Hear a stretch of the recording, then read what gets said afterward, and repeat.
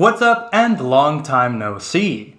Guys, I am so glad to be back making football videos for you, and if you're wondering where I've been for the past 2 months plus, I'm going to be sure to leave an answer for you at the end of this video. But today, the round of 16 first leg games have concluded, and I want to do a recap and analyze what has happened so far in this year's Champions League.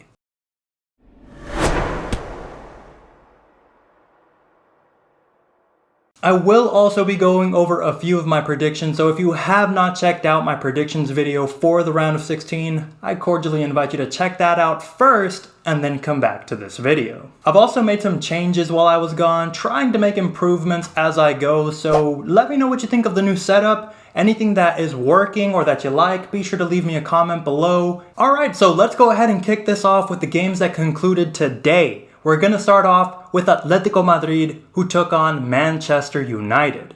And just as I predicted, it was going to be very close. I had a hard time choosing between the two teams. Atletico Madrid was able to get onto the scoreboard first early on with a goal from Joao Felix. And Joao Felix really has been kind of hot and cold throughout the season. Atletico Madrid in general has been struggling all of this season. And that was really highlighted for me when they lost to Barcelona 4-2. As for Manchester United, I had predicted that Ronaldo would be the game changer here, but in reality, it was 19-year-old Elanga who came in clutch for the Red Devils.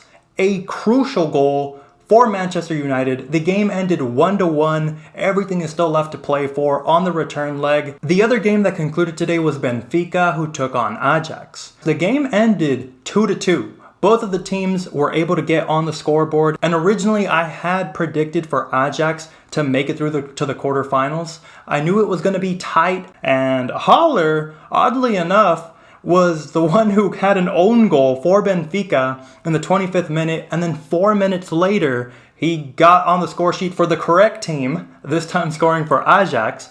But the guy has been in an incredible form. He's the top goal scorer in the Champions League currently. He's at 11 goals. He's beating the likes of Lewandowski and Salah. I mean, if that doesn't speak for itself, I don't know what does. Benfica was able to get the equalizer in the 72nd minute thanks to Roman. So 2-2.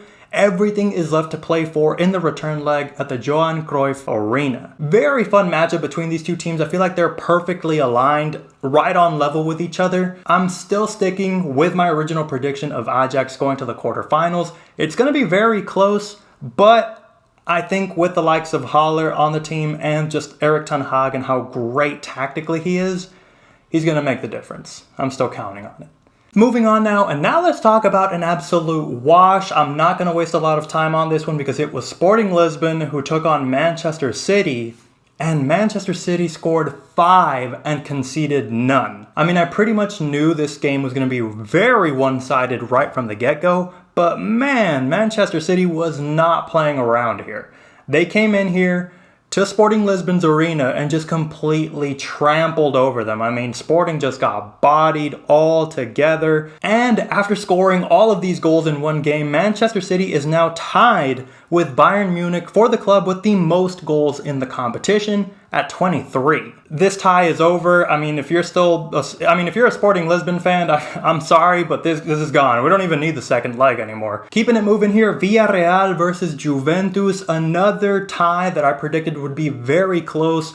Both of these clubs have been struggling domestically. Villarreal is currently 6th in La Liga, while Juventus is 4th in the Serie A. Lots of defensive problems all around, and like I predicted, it is very close. I mean, both of these teams had their chances, but in the end, they tied 1-1. Overall, I'd say they're pretty much on the same level, just like Benfica versus Ajax. Very interesting to see, and I'd love to hear your comments on what you think of this tie. Next matchup that we have, Chelsea versus Lyon. Now, Pulisic just did a great job throughout the game here. He did very well to grab the second goal right around the hour mark. And oh my god, I just cannot stop talking about N'Golo Kante. The guy is just amazing every single game. I mean, the guy, he defends so well, but when he wins back possession, he runs at your back line like a complete forward. The guy is a joy to watch, defends amazingly, attacks so well. Any team would love to have that guy. Tuchel is also worthy of praise here. He's doing a great job keeping all of his players in form, and it comes as no surprise that Chelsea have not lost a match since early December. Yes, they've had a couple of draws here and there, but man, Chelsea have looked solid throughout this season. And also, I just want to end here, my prediction that Chelsea would go through to the quarterfinals without conceding a goal is still on the cards here. Just want to point that out. Next matchup that we had, Inter Milan versus Liverpool. Liverpool, a huge favorite in the competition, and for good reason. Inter Milan, they did a great job. They really brought it to Liverpool. It was not an easy win for the Reds. They did end up winning 2-0, but man, did they have to work for it. Inter Milan did not have any shots on target. They did manage 9 shots of their own throughout the match, but Liverpool, they just have the quality players that make the difference. They were able to convert both of their shots on target. Wasn't easy, they were able to score and kept a clean sheet as well. Van Dijk, as always, incredible to watch. I mean, the guy is just rock solid and kept Lautaro Martinez in check throughout the match. The only criticism I would have is that Liverpool did lose possession a few times in dangerous areas that probably should have and could have been avoided, so there is room for improvement. Inter Milan now have a mountain to climb traveling to Anfield and trying to break down this solid defense. I mean, getting 1 past Liverpool is one thing, but now you got to go over there to score 2 just to tie the game. Also important to note, I forgot to mention this at the beginning of the video, the Champions League this year will do away with the away goals rule. So keep that in mind. Now here was a real surprise. RB Salzburg versus Bayern Munich ended 1-1? What is that? It did catch me by surprise because maybe it's because Bayern standards are so high that anything short of a win is like, what happened? Honestly, I was expecting pretty much what happened with Manchester City, where Bayern would be up like 4 or 5 goals or something. But the Bavarians did seem to go through an odd run of form at a bad time. They lost 4-2 to Bochum in the Bundesliga and then managed only a tie against RB Salzburg. They are back to winning ways now, but it was kind of shaky there for those couple of games. Now, kudos to RB Salzburg, but I just cannot doubt Bayern Munich to get the win in the second leg.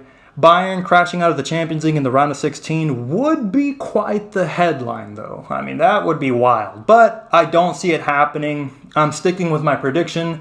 Bayern Munich is going to make it well into the semis, if not the final this year. You heard it here first. And last but not least, the game I was most hyped to watch, PSG took on Real Madrid. Kylian Mbappe, I had called it in my prediction. He was the one who was going to make things awkward. He managed to score the goal for PSG in the very last minute of the game.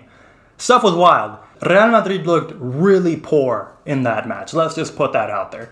And Ancelotti has actually caught a lot of heat from that match. And there's already rumors that Real Madrid wants to fire him, bring in Pochettino.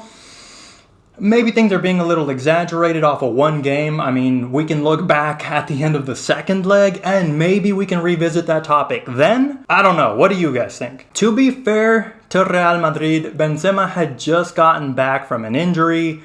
Banishes Jr. has been very poor. He lost that form that he had at the beginning of the season. Going into 2022, he has not been the same player. Perhaps even worse for Los Blancos is that they're going to be without Casemiro and Mondi in the second leg. Losing Casemiro is one thing. I mean, he's a massive player for Real Madrid. Mondi is also a huge loss. Marcelo in as left back right now is just not the Marcelo of a few years ago. He still loves to push forward, but defensively, he just does not have the legs anymore. Let's just be honest. I see a tough game in the second leg at the Bernabeu. It's not going to be easy. Real Madrid is going to have to be organized, attack-oriented, and show a desire to win. All the things that were seriously lacking for Real Madrid at the Parc des Princes. Guys, thank you so much for everybody who's made it this far into the video. And as promised, the reason I've been gone for so long is my wife was pregnant. We had our first child together. Beautiful, healthy baby boy Ezekiel is in the world. Honestly, I'm just so happy my little family is growing.